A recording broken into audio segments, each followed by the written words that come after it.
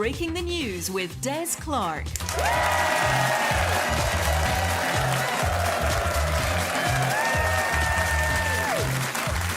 Hi, I'm Des Clark, and this is Breaking the News, the show that breaks the week's news and asks four opinionated panellists to put it back together again. Now, joining me this week is comedian Stuart Mitchell, and with him is stand-up Amy Matthews. And facing off against them is right-leaning but well-meaning comic Jeff Norcott, and joining him is stand-up and actress Rachel Jackson. In the news this week, a huge halibut caught by Shetland fishermen this week is thought to have broken recent records. The 110-kilogram fish was landed by the crew of the Venture and sold at market, where the buyer is still insisting they've not given him enough chips to go with it. Scottish Labour will replace its traditional red rose emblem with a thistle as part of a rebranding exercise. Like the party, it's spiky, tenacious and thrives all over Scotland. Well, 2 out of 3 ain't bad. And the mystery of Stonehenge may finally have been unravelled by researchers who say it's quite simply a giant solar calendar. The answer was revealed after linguists managed to translate an old Druid inscription on one of the stones, which read, "Blue bins on Wednesdays." Right, you've met the panel. Let's crack on with round one.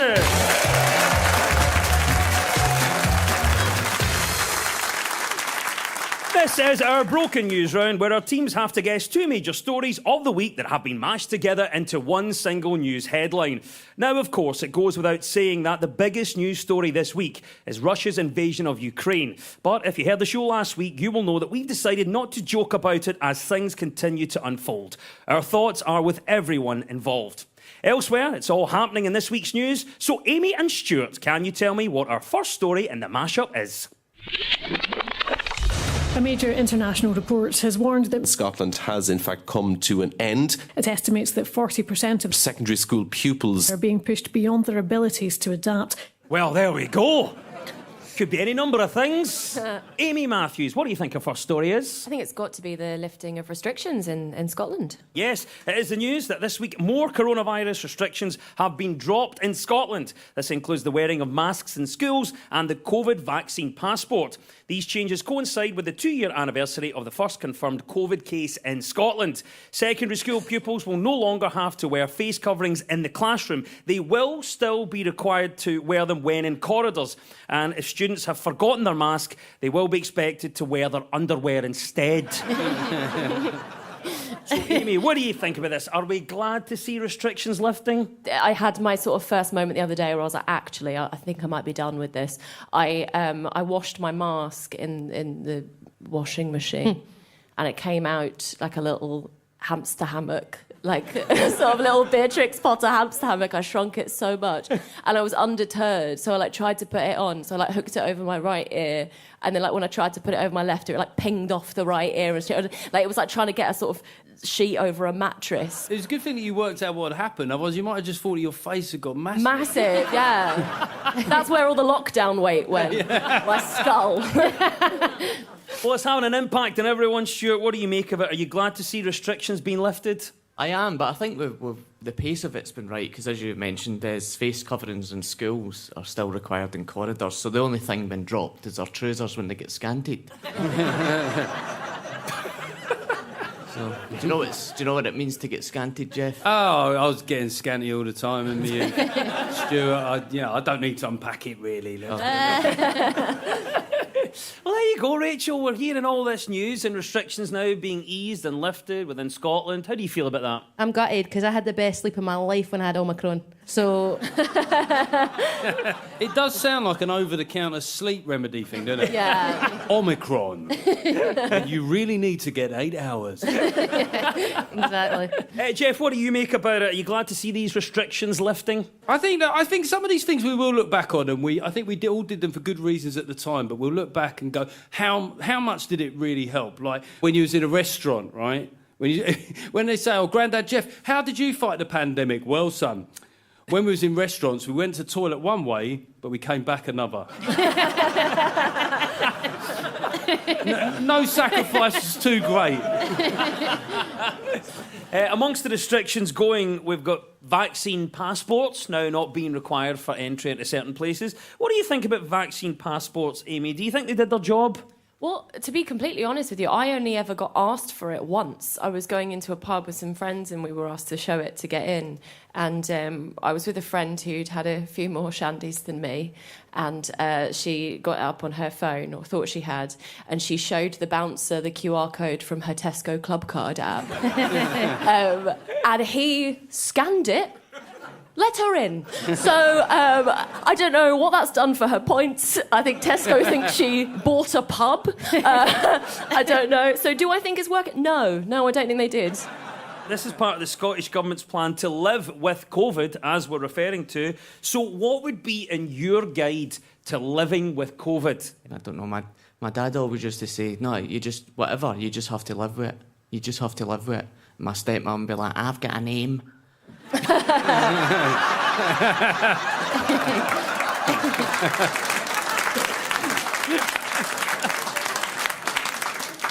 Amy and Stuart, well done. You get 2 points for that. Now to you, Jeff and Rachel, what was the other story we were after?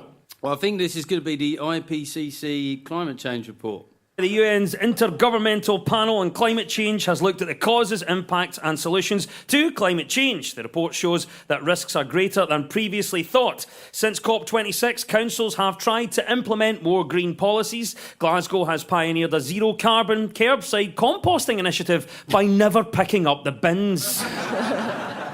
What do you think about it then, Jeff? Will this report have a big impact? Well, change the name for a start, right? I was falling asleep by the end of saying that word, IPCC climate change report. It needs to have a name that people really respond to, like your kids might have to swim to Tesco's review. Like, it isn't quite enough. And I think, if you look at energy consumption, I've always thought that a lot of people, the kids now, they love Greta Thunberg. You don't need Greta Thunberg. What you need is dads from the 80s. Right?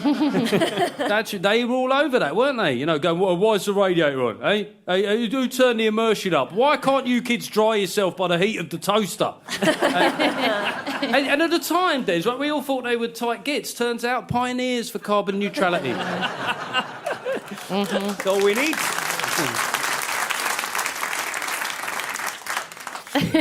Stuart, what do you make about this then, this report? Do you think it's going to have a big impact? I mean, it sounds like something my daughter will say when I'm potty training her.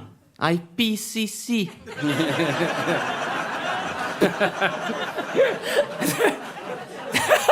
I didn't know your daughter was Spanish.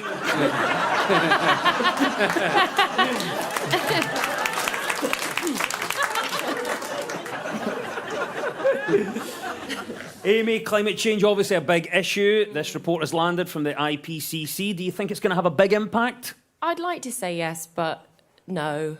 Just because, we obviously had COP26 quite recently here in Glasgow, and that was supposed to be the big thing, wasn't it, to sort of urge everybody into action. And there was like a 10-minute speech that Prince Charles gave, where he just spoke about power stations for 10 minutes, pronouncing it power station. I was sat there are we trying to save energy or syllables here? That is unbelievable, so ridiculous. My generation have got to be honest and say that we knew this before. And we tried, and we gave up. We gave up trying, and I think that's what young people need to do now, is give up. Give up, just get to higher ground, and enjoy the time we have left. It's about making memories, Des, at the end of the day now, I would say. How do we solve it? Looking for radical solutions. Well, I feel like I should personally start by dating someone who believes in climate change, because my boyfriend's American. And he actually said to me, the tree's still standing, baby girl. Well, then it's not real. Are you dating Forrest Gump?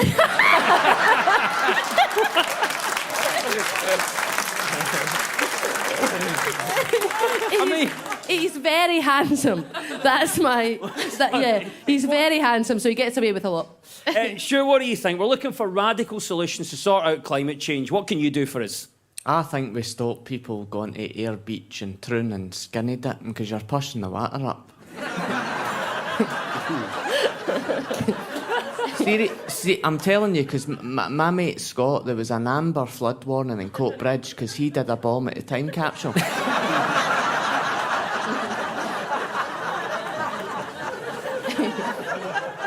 Amy, what do you think about this then? Obviously, you're passionate about climate change and sorting it all out, so what's your radical solution for it? Well, I have genuinely committed to not using cardboard cups anymore for my coffee, and there have been a few occasions where I've forgotten my reusable one. So I just commit myself to, I get them to make it in my hands, so that failing everything, I get a visual metaphor that time is running out. Thank you for that radical and painful solution there. I don't understand why people they're obsessed with straws and plastic cups and getting rid, and they replace it with these big aluminium heavy things. If I was a sea turtle, I know what I'd rather get hit in the head with.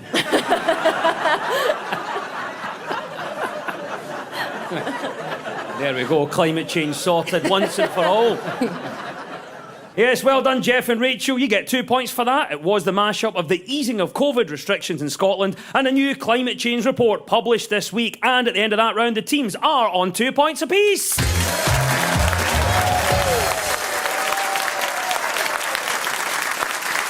Now, so much of our news is about public opinion, and this week we spoke to tennis coach Judy Murray and actor Gary Hollywood. So, Jeff and Rachel, what story do you think Gary is on about here? Oh, casting back a young Gary, ginger hair, fiery temper, in there, square going everybody. Now, more patient, bit slower, but I would listen. What's the right age to be a politician? Well done, that is the right answer. Yes, this week 25-year-old Sophie Traynor has said she is frustrated by current attitudes to younger candidates standing in elections. 25-year-old Sophie says she's not too young to stand in the elections and is frustrated by the attitudes towards younger people in politics. What do you think about this then, Rachel? Is age important when it comes to politics? No, I think a geek's a geek at any age. Just generalising politicians right there. This generation now that are teenagers, they've been through some stuff. Do you know what I mean? They've been through a Brexit, a pandemic. They might legitimately say to us, "You don't know you're born." You know? Yeah. I knew my temperature every day for a year and a half. That was... I saw my mum breastfeed my little brother wearing a welder's mask. So. It's a fair point. And there's a fair point as well from Jeff that young people today have been through maybe a lot more than the generation previous. So what do you say, Stuart? What about this issue of age and politics? How important is it? Well, I don't think it's a problem where I particularly stay, because when I stay near the border, we've actually got David Mundell. He's a Tory MP, and don't know what age he is. I think he's aged 20 years since he represented me. So he must be in his late 50s, and then his son, he's Oliver Mundell, and he was only 26. He was the youngest ever MSP in Scotland, so that's a good age. He's only 32 now. So I think where I'm represented, it's not really a problem. I did love when I first moved there and someone cornered David Mundell and he went, "Excuse me, are you the Ethel feckin' MP?"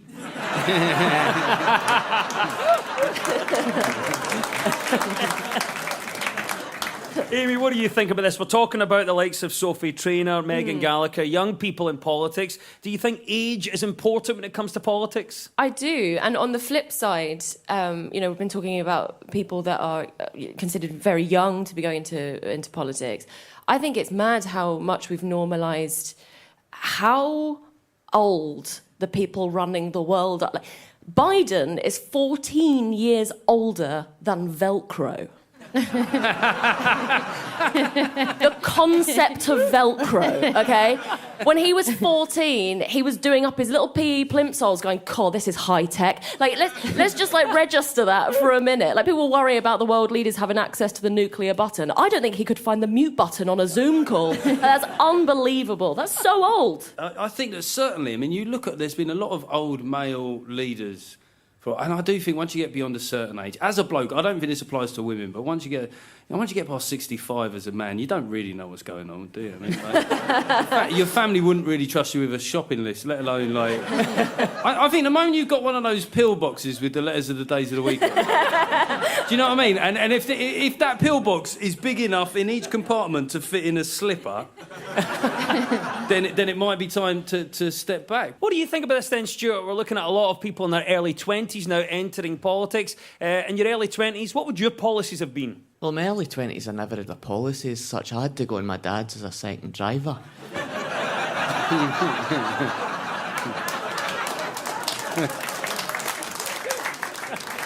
Younger politicians is the correct answer. 2 points go to Jeff and Rachel. Right, Amy and Stuart, what do you think Judy is talking about here? I was actually quite surprised that Edinburgh beat Glasgow in this. I would have expected Glasgow to smash this one. A long walk on the beach, great banter, a meal for two with New Zealand Sauvignon Blanc. So this is in relationships, men are the first to say, I love you.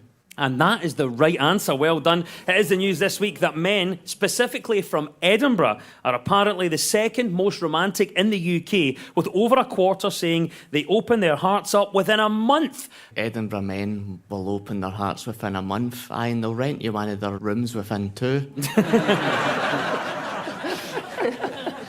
a difficult one, isn't it? It's always a balance where you say it or where you know what it was. Because what happens if they don't say it back, and then... I didn't really have that problem because you had to find a woman first. Amy, what do you think about this then? So we've got men from Edinburgh, some of the most romantic in the UK, very likely to say I love you within a month. Yeah, that does surprise me. I am in a relationship with a Scottish man, and I wouldn't say outpourings of candour is one of their strong suits, to be honest. You have to date an American for that.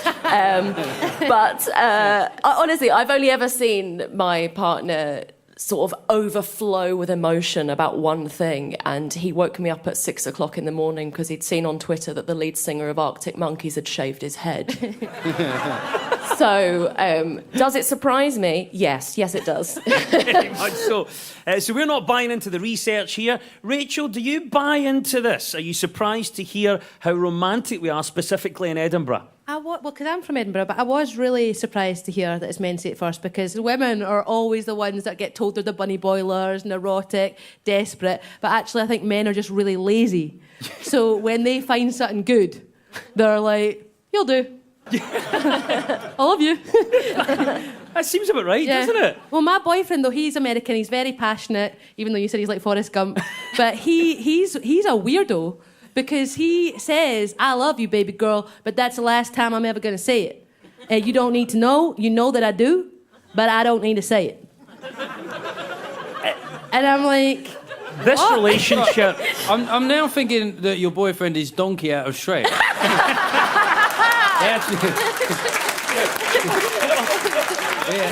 That's right, Rachel. You brought me here to hardly pour, and I am not happy. I am not happy.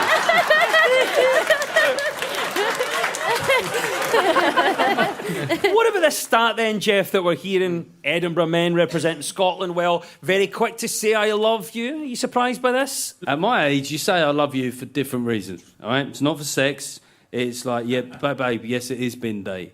Yes, it is the first one since Christmas. Yes, I did forget. But I love you. It's a completely different thing. I mean, I quite like that old school thing. If you like you say, blokes used to say like, "Yeah, I love you, and if anything changes, I'll let you know." But now, Amy, I know you're not exactly buying into these stats, but why do you think it's generally come out as a trend that men would declare their love more than women? Why do you think that is? I think there's a pressure on men in heterosexual relationships to be the one that makes the move. I think that's why they have to say I love you first. They're usually the one to ask a woman out, all of that kind of stuff. And there's this sort of like this unwritten contract in a heterosexual relationship that's like, right, you lot say I love you first, and we'll write a birthday card for every relative of yours for the rest of your life. So there we go. The romantic men of Scotland's capital is the correct answer. 2 points goes to Amy and Stuart.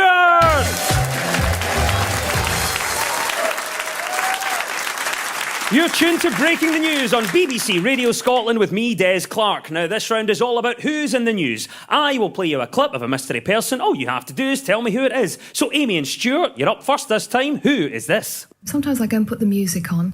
If I don't have to concentrate too much, if it's something, like a sauce that might curdle and I need to concentrate, the music wouldn't be any good. Is it Delia Smith? is the right answer. Yeah, it is. It's Delia Smith. The famously no-nonsense celebrity cook has spoken out this week that she cannot watch Bake Off and hates MasterChef. Delia is saying that she thinks there's too much shouting, it's a bit competitive and a bit judgy. What do you think? Do you agree with Delia? Is Delia right about cooking shows, Stuart? Well, she's just turned 80. What gas mark's that?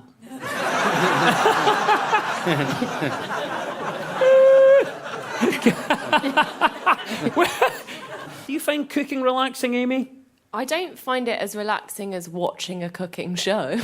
I love just sitting in my bed, watching them make this amazing food that is like so far out of the league of anything I could make. I'll sit there watching them going, I think I understand strip clubs. I know I can't eat this, but I'm enjoying watching it be made. Wow, that's amazing. That's why when you met Gino D'Acampo, you put a tenner in his belt. Correct. Stuart, what do you think about this? Delia's idea is that cooking should be relaxing. Do you find cooking relaxing? No, not really. I don't. It's stressful for me. Like, even this week, it's been Pancake Tuesday, and you end up going out and spending £15 on all the stuff you need when you can just buy a pack for £1. I just don't like all this. Do you want it cooked rare or medium or what? No, I just want it cooked. Ease it. 15 quid? Are you using quail's eggs? No, I mean, like, all this tiny wee food, and you go to a taster menu. I like to get my money's worth. I like to leave a restaurant feeling physically sick. I once left a China Buffet King on a stretcher. Been clutching 2 banana fritters. That's Stuart's approach to it. What's your take, Jeff? Do you find cooking relaxing? I think it might be a class thing, to be honest, because when I grew up, my mum hated cooking, you know what I mean? And also, it was like an extreme sport. You'd have lard that was spitting, and we just thought my forearms always looked like I had chicken pox. Even the way you lit the oven. Remember that, like, with a gas thing, where you just, like, there'd be some dark corner at the back, you just, right, throw a match in, run! Just hope for the best. What do you think about this then, Rachel? This idea of cooking being relaxing. Do you find cooking relaxing? I do, but only because my cooking is extremely basic. Because I went to drama school for 3 years where I couldn't afford much at all. So I invented something. When it was all that was left in the cupboards, it was I had a tin of tuna and a tin of mushy peas. I cook it as if it's a paella. And it's cost like £1. You'd love it. You'd love it. Love it. Well, Stuart's Spanish daughter would love it.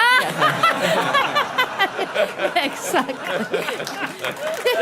Yes, 2 points go to Amy and Stuart. That was Delia Smith. Right, Jeff and Rachel, your turn now. Who is this and why are they in the news? My dad was an electrician, so we always had work. My ma cleaned other people's houses. I didn't know what on earth I wanted to do when I was at school. I was a dreamer. David Heyman. It is David Heyman. The Scottish actor revealed this week that even though he was sworn to secrecy whilst filming the latest Star Wars series, he was rumbled by Oban locals who knew exactly what he was up to. Filming on the new Star Wars show was supposed to be top secret, but locals became suspicious when they saw Heyman opening a bag of crisps with a lightsaber.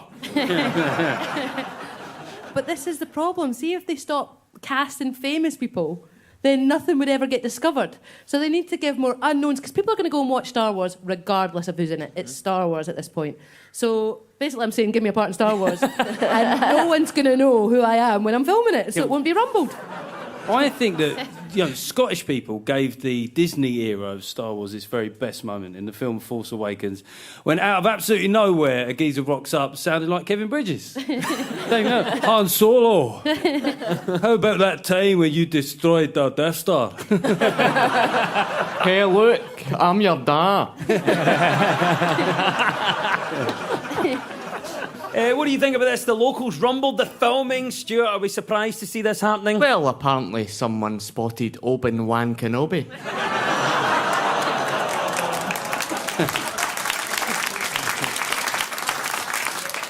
Can you actually keep anything a secret these days? Well, I had to keep a big secret recently. I can tell you now because it's aired. But my brother won Mastermind. Does anyone watch Mastermind? Yes. So it was the episode last week that aired. There was only 3 people there. So it's like everyone's talking about it. I don't know if you heard about this, because it's in the history of Mastermind, there's always 4 contestants. In this episode, it was my brother, an empty chair next to my brother, and then 2 other people. So there's all this speculation, like, you know, why the empty chair? and my brother won it. So I was like, Graham, why was there an empty chair next to you? And he was like, well, I was willing to win no matter what.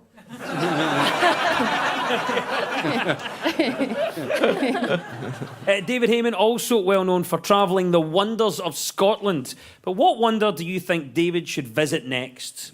The people, the spirit, the wonder of Scotland. Look, I've got a tour show in Glasgow. I am not taking any risks. Of course, famously, Star Wars is set in a galaxy far, far away, which is also how Oban is described in the ScotRail timetable. Well done, the actor David Heyman is the right answer, and 2 points goes to Jeff and Rachel.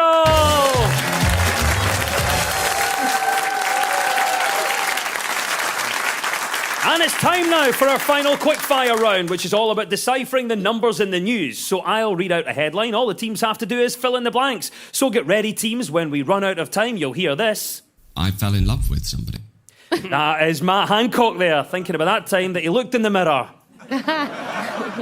OK, fingers and buzzers, here we go. 1/3 of us have seen what in the last 2 years? Rachel. Inside Boris Johnson's drink cabinet. 1/3 of us have seen what in the last 2 years?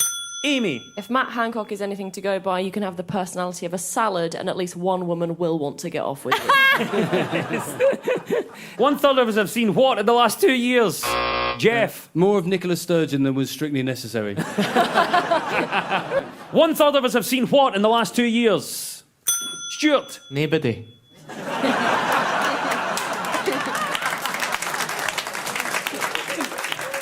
I can give you the right answer now, and it's this. Only 1/3 of us have seen our dentist in the last 2 years. I fell in love with somebody. Oh, there is our klaxon. Matt has Hancock. That means it's all over. And at the end of the quiz, our winners this week are Jeff Norcott and Rachel Jackson.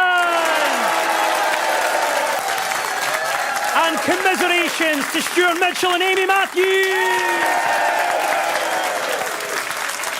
And we'll leave you with the breaking news, just in. Long-running Australian soap opera Neighbours will come to an end this summer after 37 years. The show launched the careers of dozens of household names, including Kylie Minogue, Jason Donovan, Guy Pearce, and the guy that played Harold Bishop. Researchers have said drones can successfully be used to see if dolphins are pregnant, but have admitted it's going to be an absolute nightmare guessing when their water breaks. And a couple from Banff and Buchan have celebrated their 60th wedding anniversary. Asked the secret to their happy marriage, wife Betty Creswell said, well, he stays in Banff and I live in Buchan. The news is broken. I've been Des Clark. Goodbye!